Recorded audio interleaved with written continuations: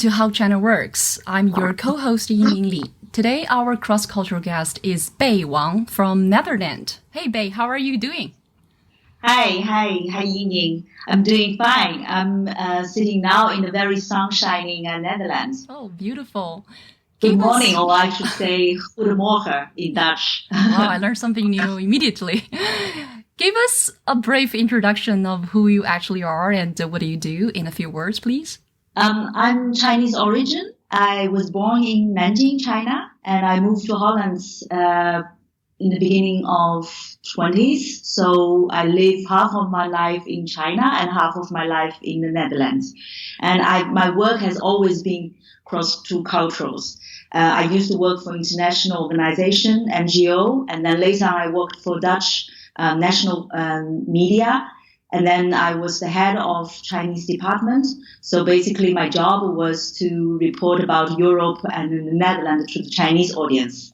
Mm-hmm. And now I'll have my own business. Together with a few European entrepreneurs, we co-founded a business intelligence bureau. We help European business entering China and vice versa. But in the meantime, we also tell European business more about how China has been developing the last 20 years. It's like bridging the bridge and then bridging the knowledge gap between two continents. Mm-hmm. That's exactly the motivation for our show, How China Works. Help the world make China smart and help Chinese go global. Thank you. So tell us, how is Netherlands really doing now with COVID-19? This is such a topic inevitable here.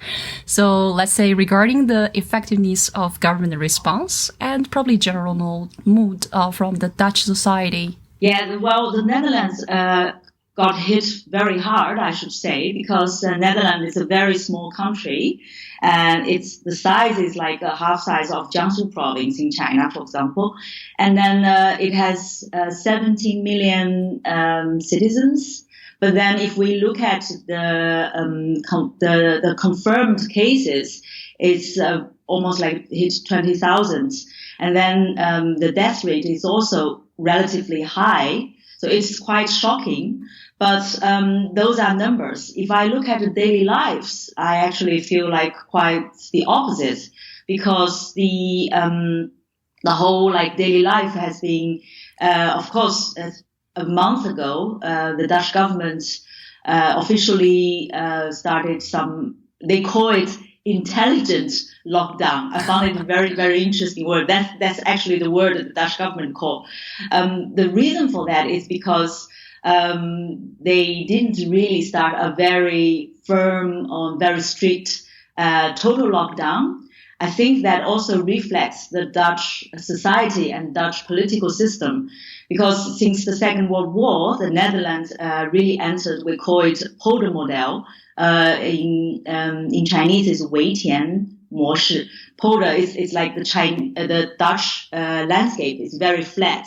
So what they do is it's a very typical democratic form of consensus. So it's not a negotiation, but a consensus. So which means the government, Dutch government, and then the private sector, and then also they call it knowledge group or specialists. They have to work together to kind of discuss until they get the consensus and come to a kind of policy or certain action together. And in the beginning of the outbreak, when Italy and Spain hit hard, and France, Netherlands was quite casual, I would say. And then even when Germany started to have a lot of cases, the Dutch, they are kind of say, yeah, we are very safe. And then because I think in the beginning of March, you really see the Netherlands is surrounded by countries with a lot of new cases, while the Netherlands, I think, didn't have it until quite late. And then when the first case occurred, and people was like, yeah, right, we finally have it. But then in very short time, the numbers grows really fast. And then we see the government started to act really almost I think instead of very firm action, the government is almost like a certain, I sometimes joke about it, it's like a nanny, that they started to consult different groups and people. They have discussion. And then in the second week of March, the government started to say, okay, we are going to consider some kind of lockdown. But it's not until the end of second week, I remember it was around 14th, 15th of March, that was the moment that the government announced the closing down of the school. But still, they didn't have any strict closing down of all the companies. But then the catering industry, they are asked to close down. But a lot of shops, they are told to decide themselves. So I think now after 2 or 3 weeks, there are a lot of different voices in the Dutch society. People criticizing governments being really weak, not decisive. But in the meantime, there are also a lot of voices that are quite happy with it because they said, okay, we are still using our Polder model, the consensus that it has to come gradually. So I think in that case, I found it quite interesting to see how this develops. But the good news came yesterday and the day before yesterday is that the curve seems to starting to get flat. And then the new case is dropping down a little bit. And then, of course, in the national news and the government, they started to say oh, people don't get too excited. We still be careful. In that case, I think that really reflects the Dutch spirits of being really a certain form of consensus is their core spirit. Mm-hmm. The culture as well, right? Very, very. The whole process, I'm saying it because the Dutch prime minister is the head of the country. He gave a speech right after the intelligent lockdown, they call it. And then that was very unusual because the last time the head of the country gave a speech was, I think, almost 50 years ago. Because the Dutch government is it contains several parties. It's a very tiny country, but there are so many different parties. And then they have to continuously have this discussion and consensus again and again. So, and each political leaders in the Netherlands, they are quite low key because as soon as they become really outspoken or if they show a tiny type of Trump style, mm-hmm. they are going to be criticized as the popularistic. So I think in that case, I found it quite surreal that the prime minister gave a speech, but the speech he gave is very, very dry and very, very calm. So it doesn't show a lot of emotion. I think later on I read some comments. People think, yeah, he did well because it's necessary to have certain public speech, but he didn't sound like a big parent or sounds like a big leader. Still sounds like, I would say, a little butler of serving the whole country. So I think that shows the culture deeply. Mm-hmm.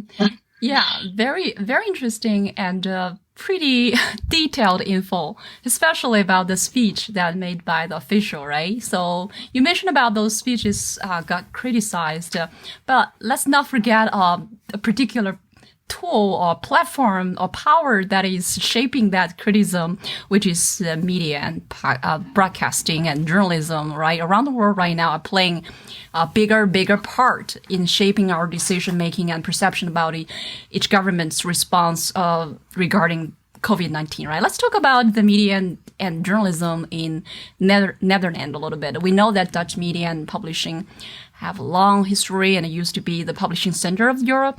Now, in digital time, Netherlands also is considered as the media gateway in Europe. What are your insights about it particularly, and how is your cross-cultural involvement behind it? Yeah, well, first to talk about why Netherlands is so strong in the standing as the media gateway of Europe. As we know that the continent Europe contains a lot of country and is very multicultural and multilingual. I think that is a major characteristic of continent Europe. And then the Dutch people living in the Netherlands, I think they have a very, very high level of multilingual skills. I'm talking about this is because according to the survey, I think Netherlands stands almost at like worldwide number one in terms of multilingual talents or multilingual skilled professionals, because the national language is Dutch, but then I think almost everyone has at least two or three other language skills. English definitely, because and then most people also speak German and some speak French. So I think this gives a lot of advantage for international media, because if we look at the international media narratives, it's very much dominated by the Anglo-Saxon, which means American and British media. So in Europe, then for example, for those international media like BBC or some American media outlets, when they want to expand to Europe, they always like to choose Netherlands as the place. And then next to the language skills, the Netherlands has also very strong digital development. I think it's on the top of European continent. And then they have a very, very fast and advanced broadband. The internet, it's very well connected. And of course, it's a small country. So I think the advantage that you can easily reach to France, to Germany. And then again, with its history, because I think, as we all know, like in the 17th century, Netherlands was like the superpower in the world due to its, I think its adventurous spirit. We call it also the golden age in the Netherlands. At that time, the entrepreneurship spirit was really like flourishing in the Netherlands. And then a lot of artistic, we all know like famous artists and painters. So I think, and then that also nurture the rise of the publishing. So I think in the from 17th century, 18th century, Netherlands was even the publishing center for other countries like Germany and France. So I think everything is connected to that. So I think that gives the good advantage. And recently we see, for example, Netflix. They set their European headquarters also in the Netherlands, because I think they want to, if they want to operate in the multilingual European market, the localized content is very, very important. We also see there's a rising amount of local-made series and films, for example, Scandinavian production or Spanish production. It's really interesting because I think language and local culture that can tell the local story best. That sounds very like diversified, right now. Yeah, and maybe I can add my personal experience in it, because I joined the Dutch national media. It's called Radio Netherlands Worldwide. It was considered as like the same type of international media outlet together as with Deutsche Welle and the BBC. So when I joined RNW, Radio Netherlands Worldwide, RNW is the short form. It was right before Beijing Olympic. So that's when the Dutch national media wants to set up also Chinese language program. But instead of starting with radio program, the traditional form, we immediately started the online. So we built the website. Right? Yeah, so it was quite advanced. And I think that also shows because the management team is all local Dutch people, but they had this vision that they think that the internet is the future. And of course, they definitely think that internet to reach out Chinese audience is also the future. I was quite amazed by that because 2007, 2008 was before Weibo and WeChat time. And then I think in 2012, when WeChat was launched, we were also launching the WeChat official account. And then also back then there was also the Weibo official account.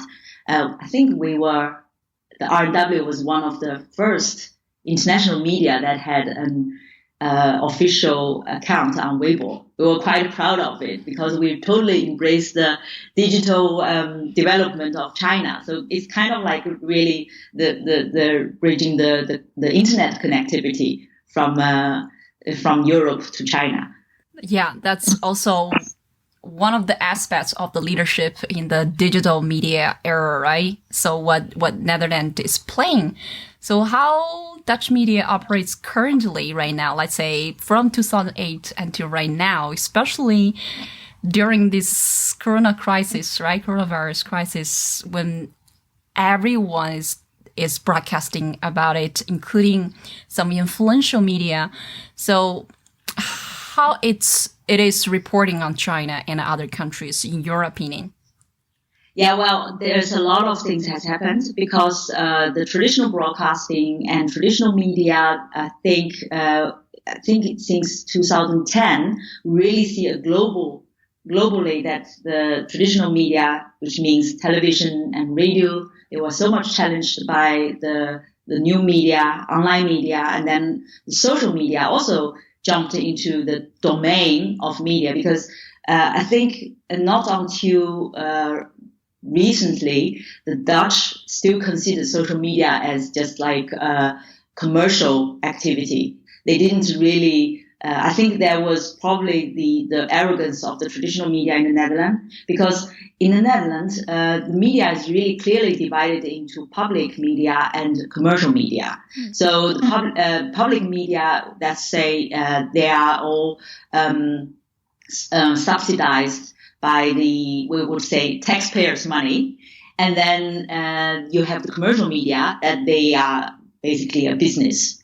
And then the public media, but both media, they have very strong like roots that they keep the press, the independence, or we call it the freedom of the press.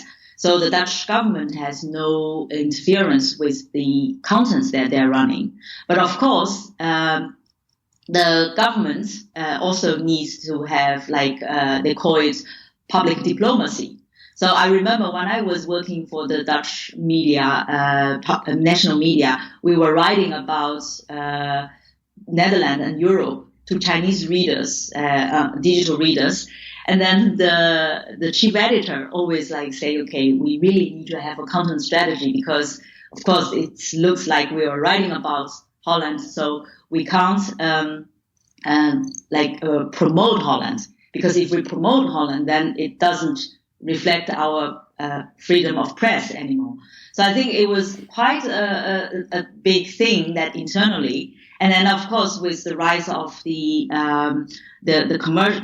social media, new media, and then the traditional media that they consider themselves as the expertise in journalism. Now they feel like, okay, everyone can now make a piece of news, and then of course that is totally challenged, especially now in the COVID-19 crisis. Mm-hmm. And in terms about reporting about China, I would say there's a lot of discussion about how Western media write about China in the past. I remember not long ago I read this article. There's also this media research with a lot of research with a lot of data to show which foreign media, overseas media, that they are more negative about China or positive or neutral. I think according to that list, most of the European media, including the Dutch media, they are more on the neutral but even more positive side. And that is something that I actually really agree, because I think when in February, when Corona, the first cases of the stories started to happen in China, I think the Dutch mainstream media, they are very much relying on the correspondents which are based in China to report on. And then I remember back then they are looking for stories, but of course they said, okay, we means the journalistic traditional media. They said we have to really report on stories with confirmed sources. So they use a lot of press release and a lot of clips from CCTV, from Xinhua Agency. But then I think that was when some forms of criticism comes, because the Dutch like normal citizens, they are always almost like they are always checking on the quality of the news reporting. So I think that's when they started to say, okay, you can't always rely on one source. You have to report yourself. And then I remember a few weeks ago there was a very critical article in the NOS, Dutch CCTV, I would call it. They talk about like how China wasn't really open enough to share the information, and then also talked about China wants to now use a lot of international help to show it's a certain form of diplomacy. And of course that article sounds extremely critical, and I personally was quite angered by it, because I can see that the correspondent all of a sudden write that article, but then among some media expertise we were discussing this, we said, yeah, probably it's because in the first periods of first few weeks of COVID-19 that's only occurred in China, and then the report about it is too much like one relying on one source. Mm-hmm. And then the correspondents had a certain criticism or certain sense of urgency of, okay, I have to do something different. And then he write this. And then later on, of course, this occurs, started a lot of criticism from the readers, because readers said, okay, you are very biased or one-sided, but now you go to another extreme. So I can see that in the following weeks, especially last 2 weeks, because I like to do the media monitoring. I read every day on different media, and I like to compare them. And I can see that it becomes a little bit more normal.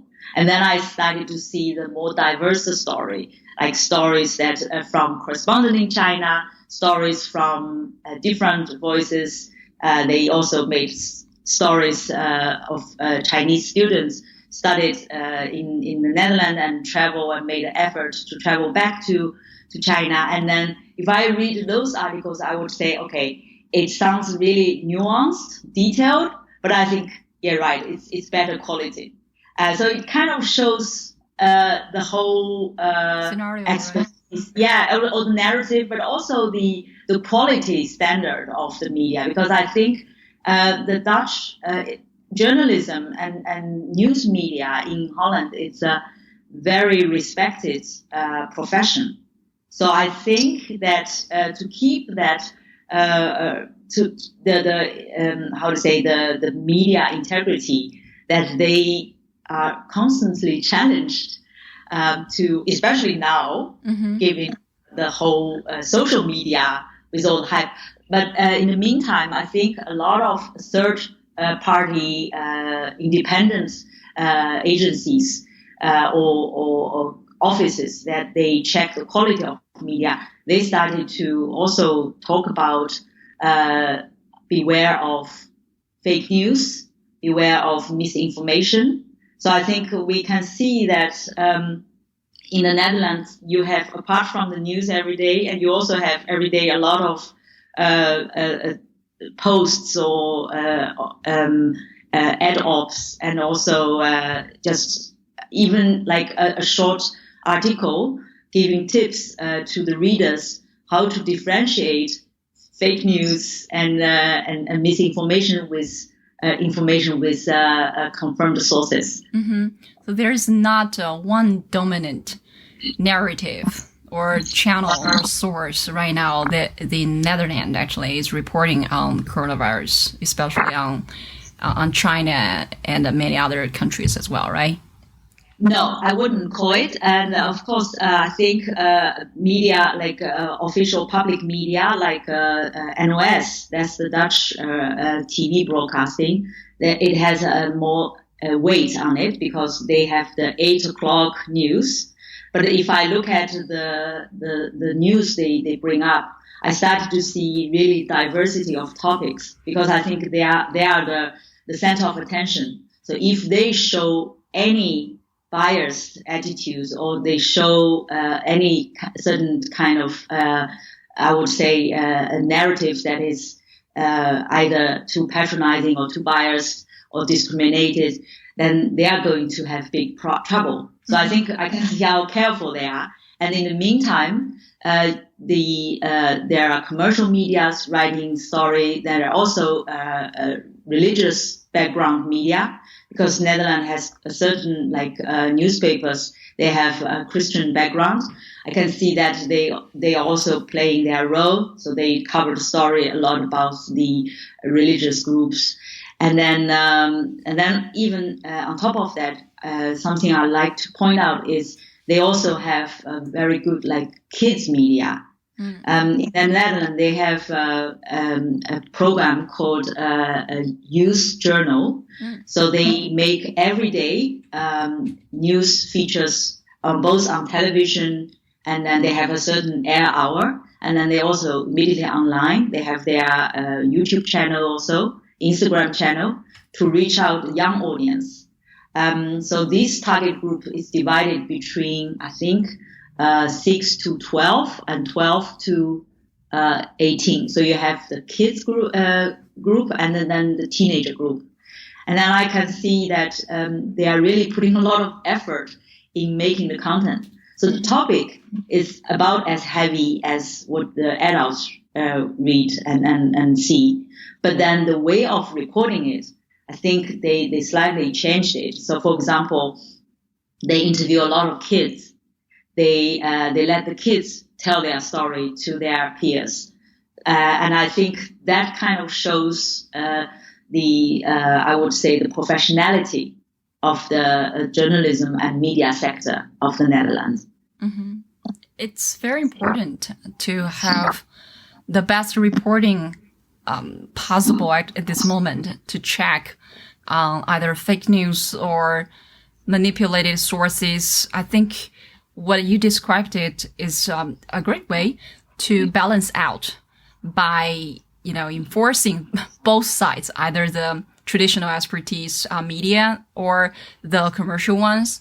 And you mentioned a little bit about the third party help check on this. Can you give us some examples? What other organizations probably can play a role in helping this? But you already mentioned about the diversity of these media platforms help people to have diversified news and source. But if any kind of organization specifically focus on supervising media news in that society, that can play a central role in enhancing the understanding about the truth in coronavirus.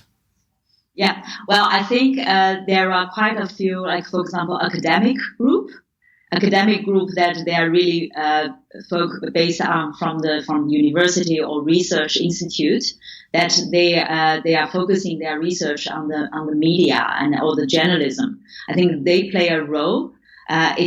Normally it can be really, really academic because they gather data and they follow the trends, and then they monitor.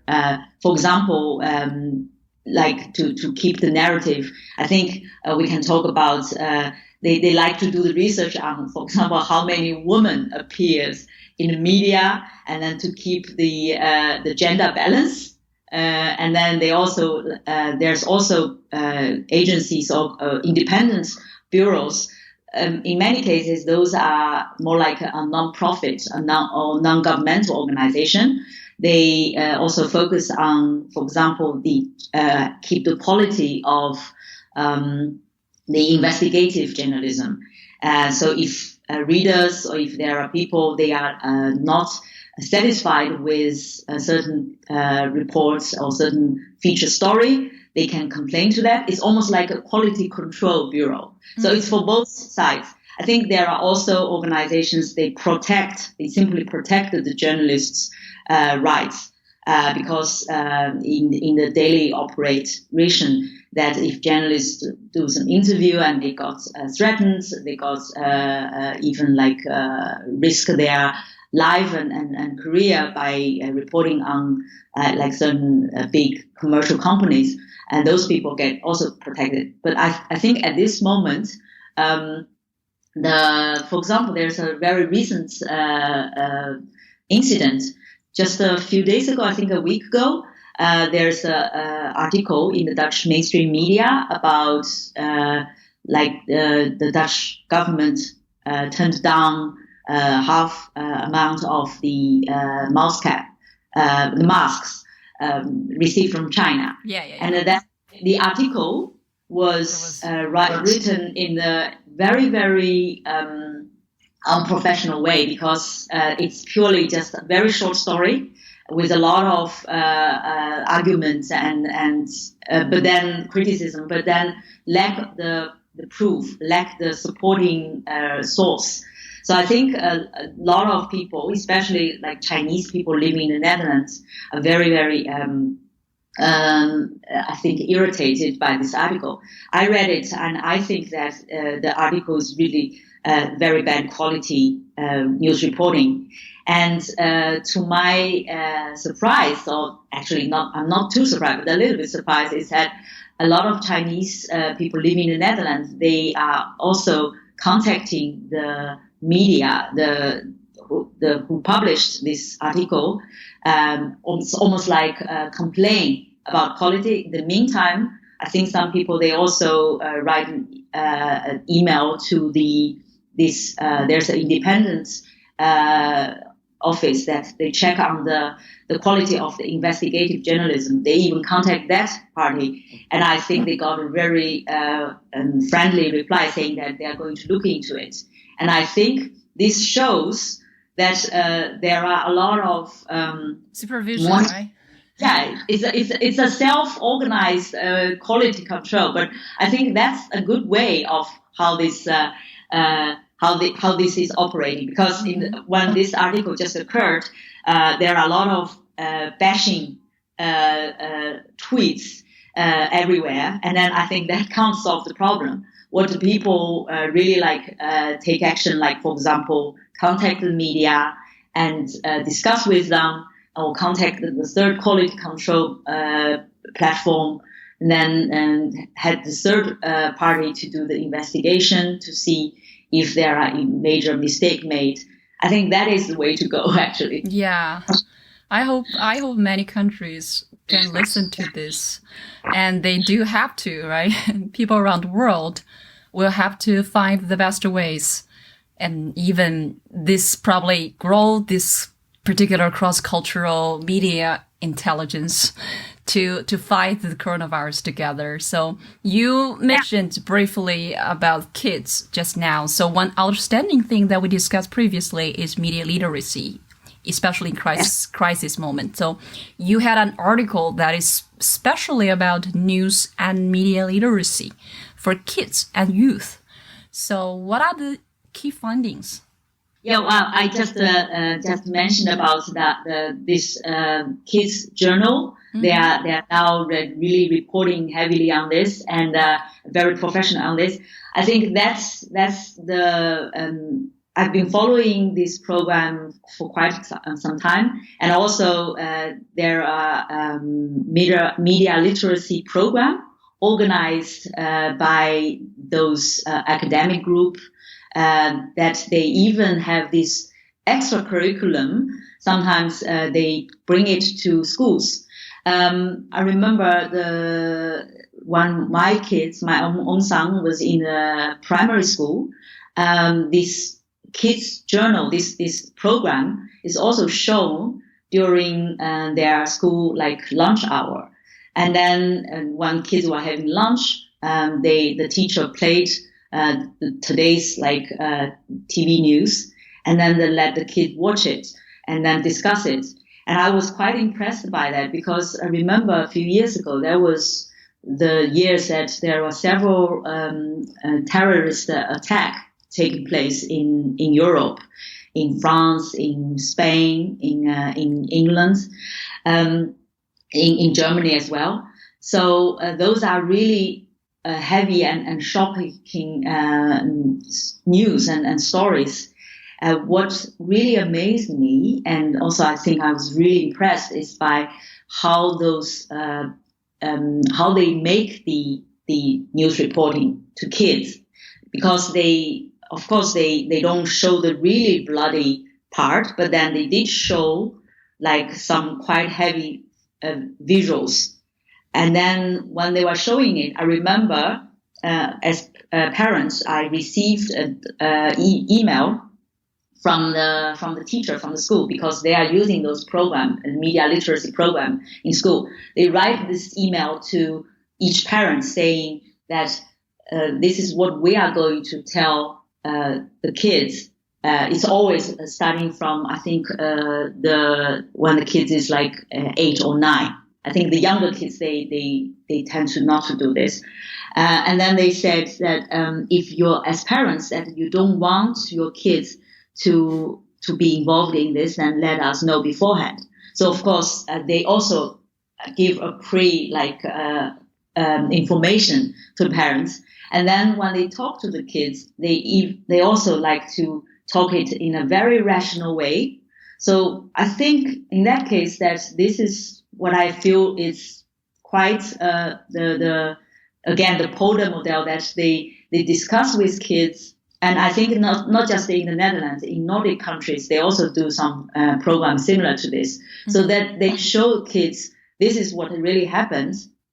And then so they don't shine it, or they don't paint it with some kind of like white lies, or they tell what it is, but of course in a more like kids easy, like children friendly way. So I think they already educate the very young kids to be able to see what happens in the real world. And then next to that, I think within this program, they also organize some quite fun kind of playful format. I remember there is a certain form that they invite a group of kids, and then they show a lot of like YouTube films, because among the kids, that the YouTubers are very popular. So they showed the video of one of their kids' most favorite YouTuber, a Dutch YouTuber, and then he was talking about eating this certain fish stick. He said, "Oh, I love this fish stick so much."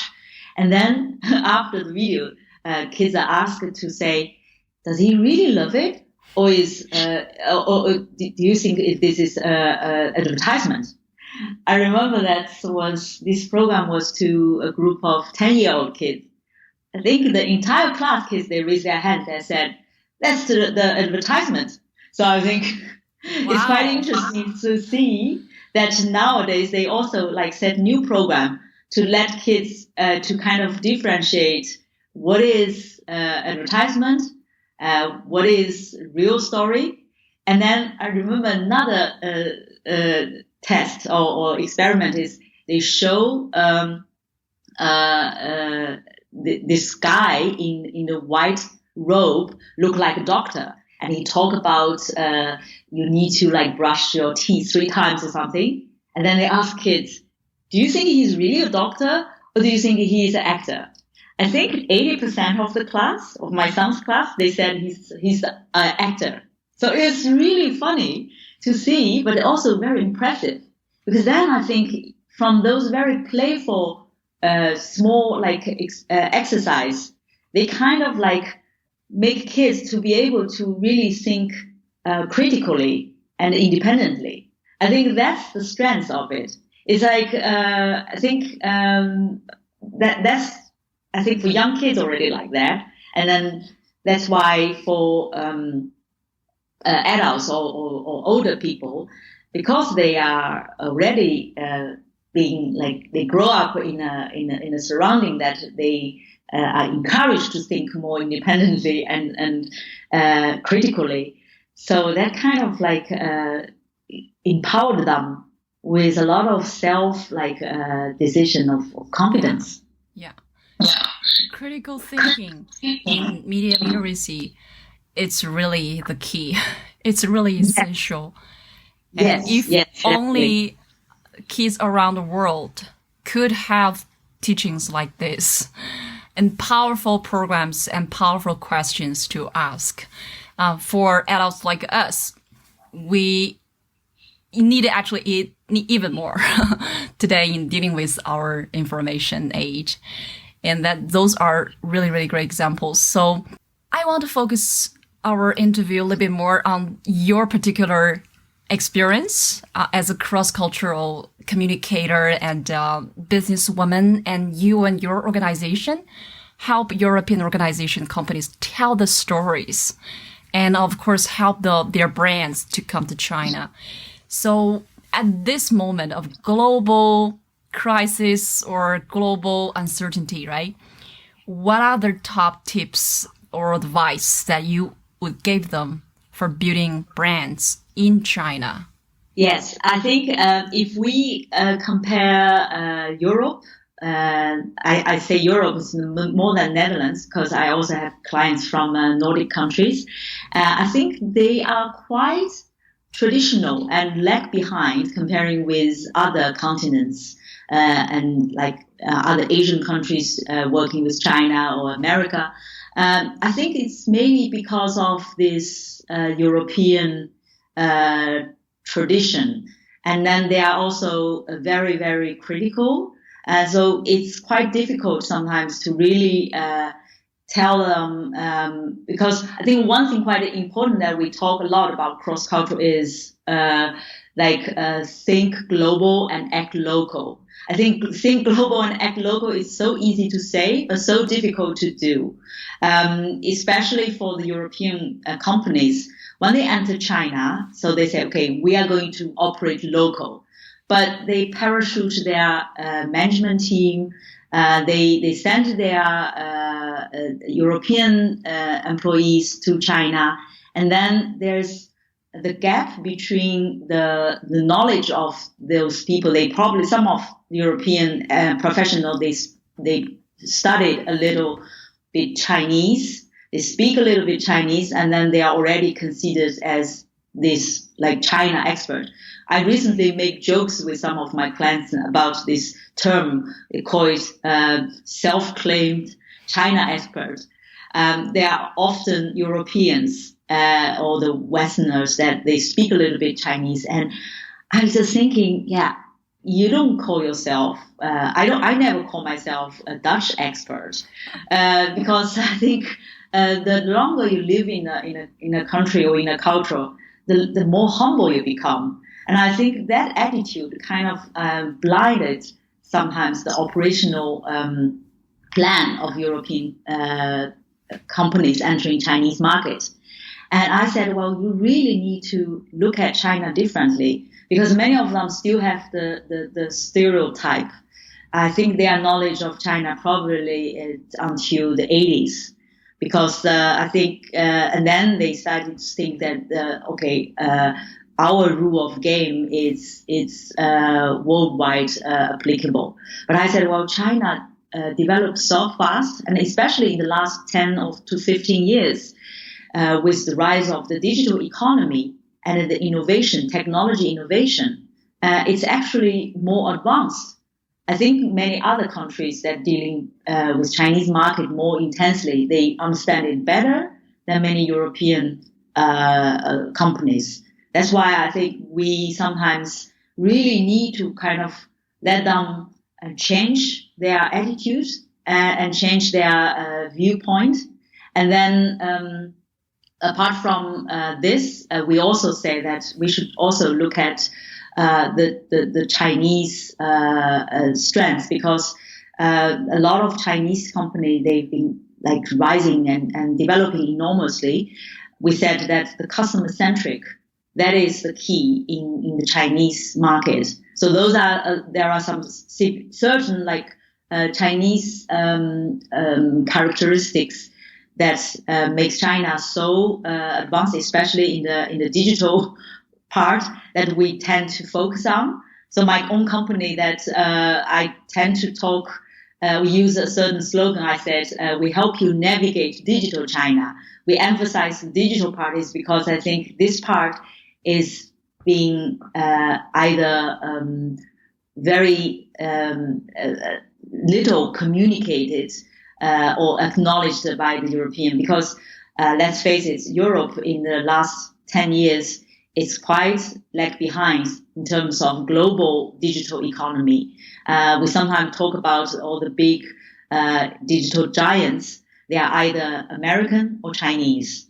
I hardly see that acknowledged also by the Europeans themselves. That you don't see any digital giants in Europe. So I think for European companies, this is also something that really like hit them hard. And then I think in the coming times, I'm sure that European like pioneers, countries like Germany and Netherlands, I'm sure that they really want to further develop this digital new era of enlightenment. Mm-hmm. Speaking of, let's say your clients from Europe, right? For them to be adaptive in digital China or build a digital brand successfully in China, what would be the biggest challenge? Or let's say how easy or how difficult it is actually for them? What are the specific challenges they're facing when it comes to either perception or a true operation? Which part of this chain of adapting into China will make them feel difficult, that you believe? I think again, it's the cross-cultural or cultural awareness and cross-cultural communication skill, because I think there's a lot of companies, they have probably the best lawyer, the best financial manager or director, but what makes them in the end like stumble is that it's almost like the daily communication with we have a lot of clients that they are quite big brands, big names. They even operate in China for like decades, but somehow that they just feel like, oh, we don't know how to further this business relation. So I think it kind of reflects that the changing, we call it paradigm shifts also. And then, and as I just mentioned, in many cases, they tend to send the entire operation and decision-making team, the European team, to take those important decisions. But then you don't really work with local partners. And then, of course, it's the nuances, it's the details that in every small talk. But of course, that for many companies, they don't really see that. They think, okay, we have a cultural training. We probably just like have an update about do's and don'ts. But then it's not about do's and don'ts anymore. It's the details. It's the subtext.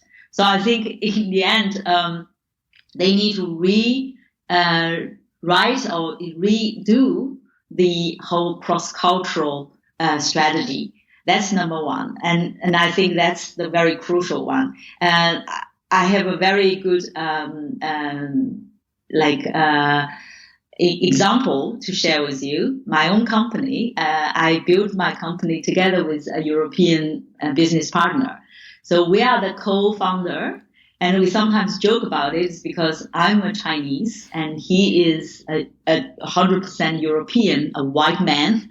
And so when we work, we are almost like using different narratives and different roles to be able to really talk to our clients So have this cross-cultural experience in the details, in every steps. So I think this is actually the key. And I think with the rise of Asia, with the rise of China, I think cross-cultural strategy needs to have this new form. And it's not just like some human resources training of do's and don'ts anymore. Yeah. We are very glad to see more and more cross-cultural partnership, like you mentioned, you and your European partner are happening around the world. But it doesn't mean it's an easy job to do, right? And No. it might look like we are sometimes like the firefighter, and sometimes we are like a bridge builder, but we have to really understand the two sides, how to make them getting closer. Or we kind of like the judge for the two competitors, and we are like in between, help them not to fight each other and to hurt each other, and but same time hurt ourselves. so it's very vivid. Very good analog. That's the perfect one. We are like the judge on the boxing ring. For this type of global talent, in this what I call post-globalized era, and with a lot of emergency, lots of urgency and like uncertainty happening for business, we especially need personal and professional skill set to deal with this. So here is a question from Brendan before we go, as to regarding them. He is such a media expert, and he cannot let me go without this question. Regarding the consolidation in the media industry post-corona, how does the landscape look as smaller, less built to weather the storm, outlets either close or at least severely scaled back, while the media giants accumulate ever more power? What is your opinion about it? Well, I'm optimistic. So I'm also a person that sometimes my friend likes to call me free spirit, because I see a lot of new developments. For example, we just talk about like those new social media. They enter the domain of journalism. Recently, we see like on TikTok, and they also post like news stories, that need to be really be careful of, because sometimes short clips can be really, really biased and misleading. But in the meantime, for example, I recently have been watching a lot of Netflix documentaries, and also like documentaries on just 2 days ago. Discovery on Discovery Channel, there's a documentary about COVID-19. So I think with the different sector or different media form that's entering the storytelling or the news reporting domain, so I think instead of like feeling threatened by this, I just think that I'm more for the decentralization. You just mentioned the media giants. I think, in the end, of course, it will all become giants again. But I do hope a lot of smaller medium-sized outlets, they are going to come out, and then, like what I just said, in a small market like Holland, there's different players that they are really almost like they are checking on each other and try to maintain quality. I really hope that on the global setting, this will be the new trend. And I think that could be, for example, good quality documentaries becomes more like in a leading role.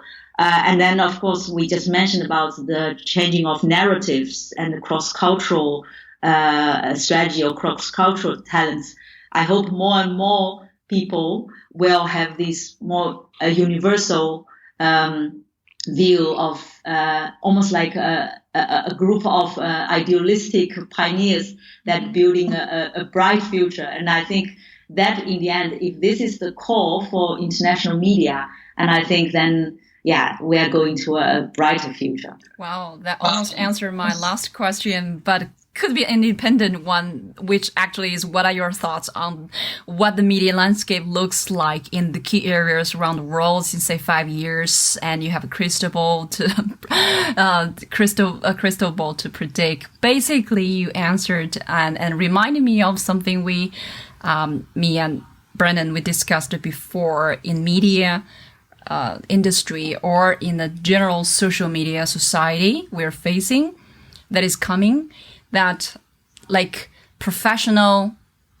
key opinion leaders, like basically what you just mentioned, those pioneers are leading the way in sharing the voice, creating content, are more credible and diverse, and East meet West and cross-cultural, more solid, more pragmatic, more helpful to for the humanity to move forward, right? So yes, absolutely. That's and our big hope. I would add another word. I think we are the new age of new generation of storytellers.